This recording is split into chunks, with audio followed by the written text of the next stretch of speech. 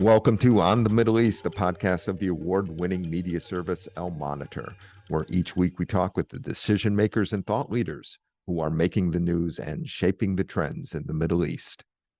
I'm Andrew Parasolidi, president of El Monitor, and our guest today is El Monitor correspondent Adam Lucente, who is going to talk about LIV Golf, the professional golf tour financed by the Public Investment Fund, the sovereign wealth fund of Saudi Arabia.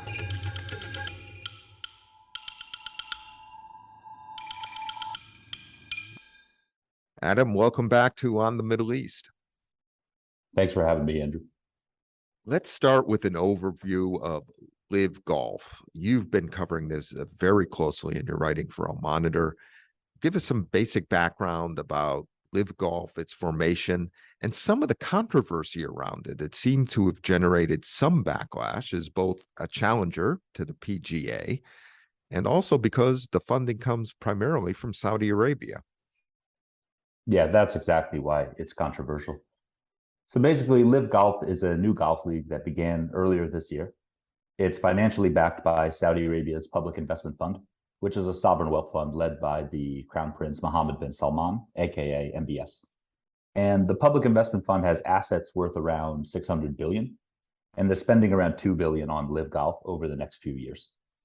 LIV Golf is run by the Australian golf legend Greg Norman, and it's basically seeking to compete with the PGA Tour, which is the dominant golf competition in the US and around the world. And Norman has had issues with the PGA for years, but now he has the Public Investment Fund's money behind him to make a new league. And LIV Golf started its tournaments in June in the United Kingdom, and it has tournaments all over the world this year. There's one in Chicago next week. Two of the tournaments are at Trump golf courses, and it's coming to Jeddah, Saudi Arabia, in October. And LIV has attracted a lot of big names in golf, people who have left the PGA Tour. Phil Mickelson, Sergio Garcia, Brooks Koepka, Lee Westwood, among others. And the key thing is the money.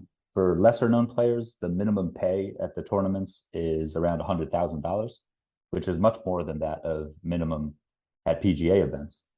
And the big names, some of them, like Phil Mickelson, are receiving hundreds of millions of dollars to play for LIV. And Mickelson's the top paid athlete in the world now. Hundreds of millions. Yeah. And to give people a sense of how much money the Public Investment Fund is committing to LIV Golf, Tiger Woods was reportedly offered around 800 million to play. And he said no, which is another issue. But that shows how much they're willing to spend on this league. And another thing about LIV is it's only men golfers for now. But Greg Norman has suggested adding women in the future. And about the controversy, a lot of it is related to the Saudi funding, like you said. Saudi Arabia has generally a not so good reputation in the United States, and that reverberates around the world. Now, a lot of 9/11 families and victims are very vocal against LIV Golf, but generally, I would say the controversy relates more to the human rights issue in Saudi Arabia. There's a lot of anger about the Jamal Khashoggi killing, the treatment of women and gay people in Saudi Arabia, and to a lesser extent, the Saudi intervention in Yemen. And I would argue that the US political division is driving a lot of the anger at LIV. You know, for example, Donald Trump, when he was a candidate running for president, he was kind of anti-Saudi Arabia. He tied the government to the September 11th attacks. Then as president, kind of became more pro-Saudi, saw the kingdom as an ally.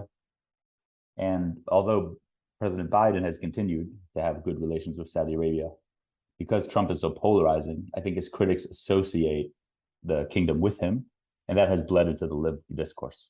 There's been a lot of very harsh criticism of LIV in US sports media. One Golf Channel journalist accused the LIV golfers of taking, quote, blood money. But not all the LIV controversy is related to Saudi Arabia. Some is just about golf itself. You know, Tiger Woods and Rory McIlroy, they've emerged as the kind of biggest offenders of the PGA in this new rivalry with LIV. And I think their motivation is more to defend the PGA for the good of the game and also protecting their own legacy and the prestige of the PGA Tour. And the PGA has reacted strongly to LIV. They didn't allow players a release to play with LIV. That led to a lawsuit, and that's furthering the controversy. How successful has LIV been to date? You talked and you mentioned the substantial investment by the Public Investment Fund. Is it attracting crowds? Is it attracting sponsorship? Is it generating revenue? LIV is definitely could be a long-term challenge to the PGA Tour. There's been a lot of US sports leagues over the years that try to replace the dominant leagues like the XFL taking on the NFL, but most of them don't do that well, but none had the backing of all this Saudi oil wealth. And that's really a game changer. And LIV is gaining momentum. They're winning over fans.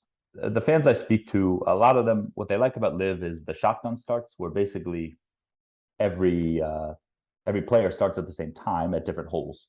It's not like a lot of PGA events where the first few guys start at the first hole and then the second, and then it takes hours. So LIV Golf is over faster. Some people like the camera angles better and the commentary better. And a lot of people love that there's no commercials with LIV Golf. And LIV Golf is free right now on YouTube, and it's easy to watch all over the world, which matters for the international fans who might have difficulty accessing golf tournaments on US cable channels, for example. And they're winning over some hearts and minds with lesser known golfers because of the money, as I've reported for a monitor. And big names continue to join, like Cameron Smith recently. But the question is how long LIV could go on without having a major revenue stream. They do charge people to go to the events. I looked at the tickets for next week. It was around $50 for a day pass. But it's ad-free on YouTube, and they don't have a TV deal. And also as a product, there's no world golf ranking points to be gained from LIV Golf events. And some people don't see the LIV wins as big a deal. Like, for example, people remember the years Tiger Woods dominated golf. But will they remember these LIV wins the same ways looking back 10 years? I'm not sure. Forbes had an article recently where they interviewed some LIV executives, and they said that they have a long outlook because of all this investment they have from the public investment fund. And they talked about a goal of continuing drawing attendees to the events, so in person. And because LIV is team golf, which is also unique, LIV is hoping that the teams might get sponsorship in the future. But for now, they have a lot of, Saudi backing behind them. And I expect oil to remain a major player for the next 10 years or so, despite the growth of renewables. So they have a lot of time to make LIV profitable. But right now, without a TV deal and with just being free on YouTube, it's not realizing its full profitability potential. How does LIV Golf fit within the context of the public investment funds, other investments, and the overall Saudi investment strategy, as well as its public relations strategy? You've mentioned, I think, a few points that seem to indicate that they may be getting some benefits from this by highlighting younger golfers, for example, or lesser known golfers. Yeah. So with the investments, it's one of many investments by the Public Investment Fund. It's part of Saudi Arabia's, or at least I view LIV Golf as part of Saudi Arabia's overall diversification strategy. They have this Vision 2030 initiative where they want to reduce dependence on oil, which of course is the bedrock of the Saudi economy. And the Public Investment Fund, they have shares in many big US companies. They recently bought a lot more shares in Amazon, Google, and others. They bought some stakes in some Egyptian state firms recently. Earlier this year, the Public Investment Fund started a video game group for esports, which is basically like competitive video gaming. And in sports, the Public Investment Fund now owns a English soccer team, Newcastle. So it fits into this context of the Public Investment Fund diversifying and investing in a lot of different sectors, including sports. With the public relations strategy, I interviewed one former sports executive who said, the thing that LIV has done well is pointing out that there's hypocrisy all over the sports world. And Greg Norman, he likes to make this point that many PGA Tour sponsors also do business, a significant amount of business in Saudi Arabia.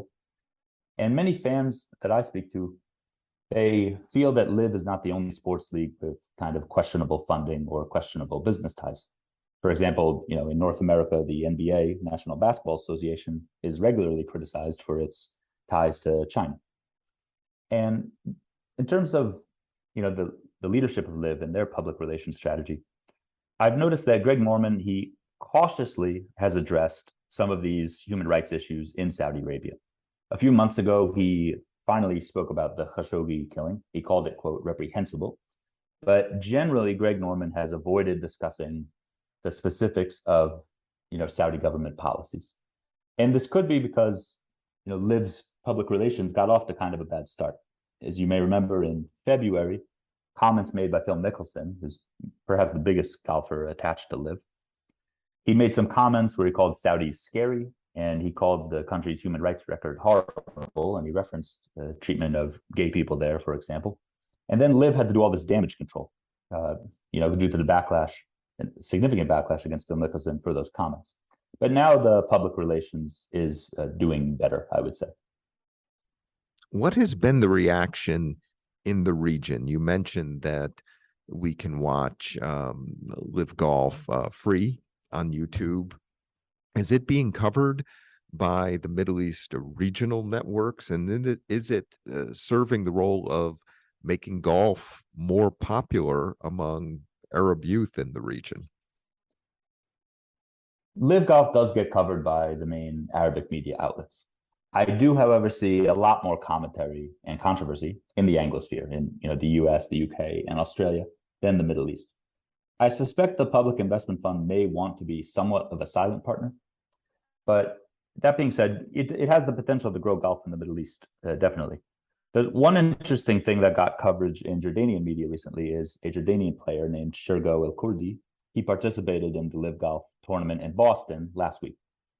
And the coverage I saw in Jordanian media was fairly positive, and there was a bit of pride in a Jordanian player making it to such a big stage, because Jordan, and nowhere in the Middle East, is really like a golf powerhouse as of now. Mickelson's comments a few months ago, when he called Saudis scary because of the human rights issue, that received heavy coverage in Arabic press. And a lot of outlets framed his apology for those comments as an apology directed to Saudi Arabia itself, which wasn't exactly what he said, but that was the framing. But overall, yeah, the major events of LIV, they do get a bit of coverage in Arabic media. But as of now, for sure, it's definitely, in my opinion, a more talked about topic in the English-speaking world. Do U.S. sportscasters and sports networks cover LIV like they would cover other sports? For example, ESPN coverage of golf or the Golf Network. Do they cover LIV as they cover the PGA? It's talked about on many, talk shows. I see Pat McAfee talks about it. Rich Eisen, he talks about it. So it gets a lot of commentary in U.S. sports shows and also British shows, I've noticed. But like I said, they don't have a TV deal. So, the Golf Channel, CBS, these networks, they'll show golf. But right now, LIV is on its own. It's just on its YouTube channel. So therefore, it's not getting, perhaps the same amount of airtime as PGA events in the US.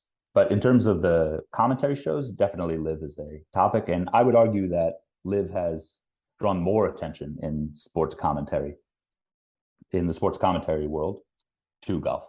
Like, because of LIV, people are talking about golf more and more in the US. There's always been an issue for golf with regard to diversity. Is LIV addressing that, and has this whole controversy or competition between LIV and the PGA encouraged more diversity within golf more broadly? I think that remains to be seen. There's a few players from Thailand on the LIV Golf Tour I saw, and so that's not a traditional golf powerhouse. Like I mentioned, there's a Jordanian player now. I do think LIV is targeting a more international audience, but it remains to be seen whether these countries where LIV is being watched outside the US, whether they produce big golfers. But that'll take years to develop. But I do think LIV has that potential to fill that void in countries where golf is not traditionally a big sport.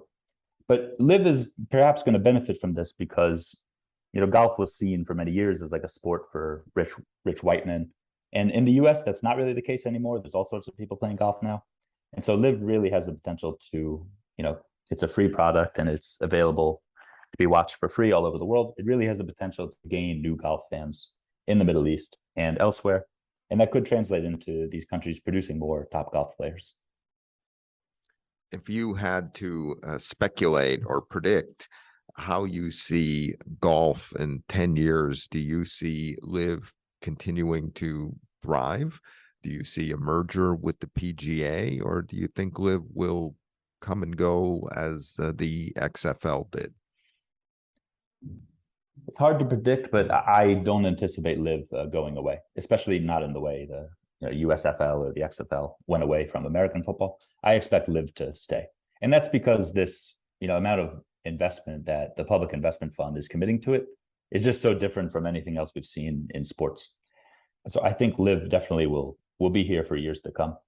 And I don't know if it will overtake the PGA. Like I said, the PGA and also the majors like the British Open, US Open, they have more prestige than LIV for sure right now, but LIV's only in its first year. And I think we may look back on it in a few years as, something that changed the sport forever.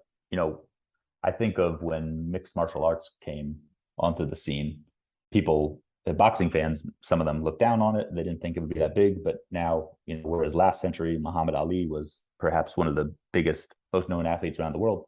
Now Conor McGregor is, an MMA star. He's like one of the highest paid athletes in the world. And some people didn't see that coming. So LIV, there's precedent, it could take off. It's unique. It has teams, it has the shotgun starts. It's very different. And this is all possible because of the Saudi Arabia Public Investment Fund. As long as that money is there, I don't think LIV will go away. I think it will continue to coexist with the PGA. Adam, thank you for this. It's been great talking with you about the LIV Golf. I've learned a lot. I know our listeners learned a lot from this conversation. Appreciate your coming on the show today, and appreciate all your contributions to All Monitor. Thanks a lot, Andrew. We will return after this break.